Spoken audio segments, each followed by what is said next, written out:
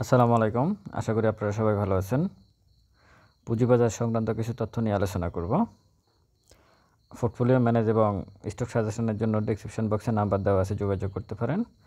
আর March মাসের জন্য যারা এন্ট্রি নিতে চাচ্ছেন তারা এন্ট্রি ফি দিয়ে আমাদের সাথে অ্যাড হয়ে যেতে পারেন হোয়াটসঅ্যাপ গ্রুপে। তো পুঁজিবাজার সংক্রান্ত তথ্য নিয়ে যদি প্রথমে আসি, আজকে ডিবির একটা অনুষ্ঠান, ডিবির অনুষ্ঠান ছিল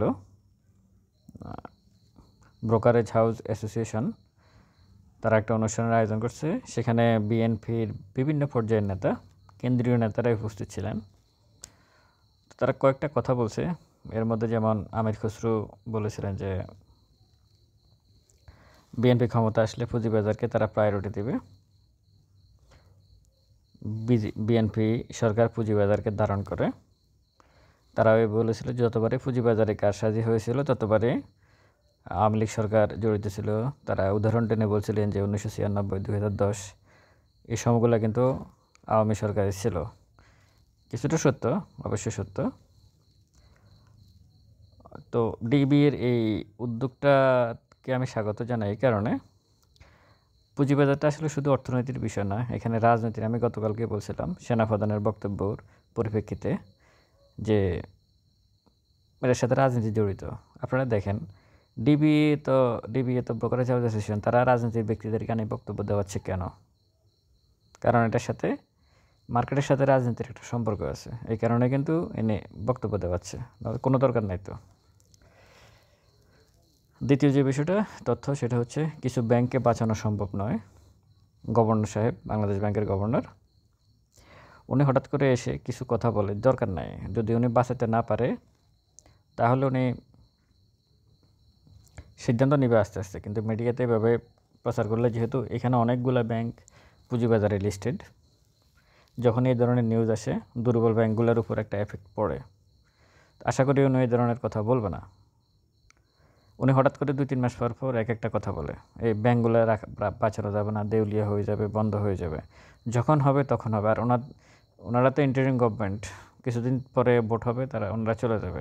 এই দায়িত্ব ওনাদেরকে নেওয়ার দরকার নাই। তো যদি ডিসেম্বরে ভোট হয় তাহলে তো গভর্নর সাহেবের দায়িত্ব নেওয়ার দরকার নেই। তখন গণতান্ত্রিক সরকার আসবে, তারাই ভোটের মাধ্যমে যে সরকার আসবে তারাই দায়িত্ব নেয়। তারা কি আসলে ব্যাঙ্কগুলোকে রাখবে, দুর্বল ব্যাঙ্কগুলোকে রাখবে, না অন্য ব্যাংকের সাথে একসাথে করে দিবে, না বন্ধ করে দেবে, তারা সিদ্ধান্ত নেবে। ওনারা এত কথা বলার দরকার নেই আসলে। এই ধরনের পজিশন থেকে, বিশেষ করে অর্থ সংক্রান্ত বিষয়ের পজিশন থেকে বেশি কথা বললে ওটা হিতে বিপরীত হওয়ার সম্ভাবনা বেশি থাকে, যেটা হচ্ছে। তবে আপনাদেরকে একটা কথা বলে দিই, যেহেতু উনি বলছি কিছু ব্যাংকে বাঁচানো সম্ভব না, আপনারা যেসব ব্যাংকগুলোর নেট অপারেটিং ক্যাশ ফ্লোটা মাইনাস দেখতেছেন অনেক বেশি, এই ব্যাংকগুলোতে আপনারা নতুন করে ইনভেস্টমেন্ট করতে সাবধানতা অবলম্বন করবেন। 3 নাম্বার যদি আসে, লোকসান বেড়েছে জাহাইন স্প্রিনিংয়ের।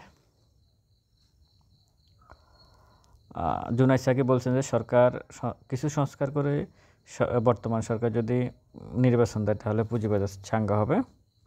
এটা জুনাইদ সাকির একটা বক্তব্য ছিল ওই অনুষ্ঠানে, ডিবির অনুষ্ঠানে। এখানে অনেক লোকই ছিল।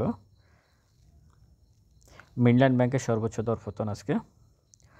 মিডল্যান্ড ব্যাংকে এই মুহূর্তে এন্ট্রি নিতে একটু সাবধানতা অবলম্বন করবেন, যেহেতু একটা সাপোর্ট জোন ভেঙে নিচে চলে আসছে। একটু স্থির হতে হবে, খুব দ্রুত এখানে এন্ট্রি নেওয়ার স্কোপ নাই। গতকালকে একটা সবুজ ক্যান্ডেল করেছে। আপনারা মিডল্যান্ড ব্যাংকে এন্ট্রি নিতে আমি বলছিলাম যে সিপালের বিষয়টা দেখবেন, সিপালের গ্রাফসটা দেখবেন। সিপালের গ্রাফস আছে, তারপরে যে আপনার মুন্নো ফেব্রিক্সের একটা গ্রাফস আছে, তারপরে যায় এই টাইপের কিছু, আমি সিপালটাকে আমার নজরে আছে, কারণ আমি ওই বিষয়টা বললাম। সিপালের গ্রাফসটা যেভাবে কাজ করেছে, ঠিক যতক্ষণ পর্যন্ত মিডল্যান্ড ব্যাংক এরকম ক্যান্ডেলগুলো, সিপালের মতো ক্যান্ডেলগুলো গত 1 মাস ধরে যেভাবে সিপাল ক্যান্ডেল করছে ওইরকম যদি করে অন্তত 5-6-10টা ক্যান্ডেল, তখন আপনারা ওইখানে একটু সেফ জোনে থাকবেন। এর আগে আসলে সেফ জোন বলা মুশকিল। একেবারে গেমলিং আইটেম মিডল্যান্ড ব্যাংক।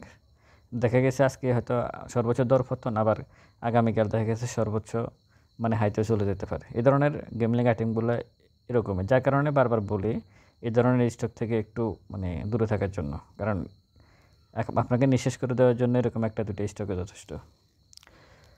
দরবেদি শীর্ষে বিপিএমএল, বসুন্ধরা পেপার মিল, আমি নেগেটিভ চোখে দেখি। লেনদেনের শীর্ষে আইএফআইসি ব্যাংক, এটা হচ্ছে মূল বিষয়। আর একটা হচ্ছে রমজান মাসের সময়সূচি, পুঁজিবাজারের সময়সূচি হচ্ছে রমজান মাসে সকাল 10টা থেকে শুরু হবে, 1টা 40 পর্যন্ত চলবে, আর 1টা 40 পর্যন্ত হচ্ছে মার্কেট চলবে, আর 1টা 50 10 মিনিট হচ্ছে পোস্ট ক্লোজিং, 1টা 50 পর্যন্ত, মানে 2টার আগে মার্কেট শেষ। তো সংক্ষিপ্ত করে দেওয়া হয়েছে। আর রমজানের পরে আগের মতো এখন যেভাবে চলতেছে এইভাবে চলবে।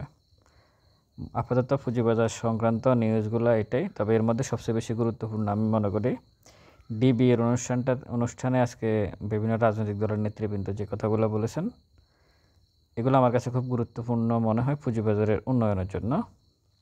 আসলে বর্তমান কমিশন যেভাবে মার্কেট মেকার বা মার্কেট প্লেয়ার যাই বলে না কেন, তাদেরকে যেভাবে আসলে জরিমানার জাতাকলে আটকে রেখেছে, এখান থেকে বের না হতে পারলে আসলে মার্কেট অনেক দূর যাওয়াটা সমস্যা হয়ে যাবে। মার্কেটকে অনেক দূর যেতে হবে বিনিয়োগকারীদেরকে যদি রক্ষা করতে হয়। যদিও এই চিন্তা কেউ করে না ক্ষুদ্র বিনিয়োগকারী রক্ষা করার, তারপরেও মানে যতটুকু সম্ভব সামনে এগিয়ে যেতে হবে। তবে এই অনুষ্ঠানটাকে আমি সাধুবাদ জানাই। রাজনৈতিক অনুষ্ঠান, মানে দেশের যারা নর্মালি ভোটের ক্ষমতায় আসবে তাদেরকে নিয়ে ডিবি এরকম অনুষ্ঠান করতে পারছে, এই জন্য ডিবিএকেও ধন্যবাদ। আশা করি আগামী দিনে মার্কেট ভালো থাকবে। আজকে যে কারেকশানটা হয়েছে এটাকে আমি খুবই স্বাভাবিকভাবে দেখি, একেবারে স্বাভাবিকভাবে দেখি। ভালো থাকবেন সবাই। ভিডিওটা ভালো লাগলে শেয়ার করবেন। আসসালামু আলাইকুম।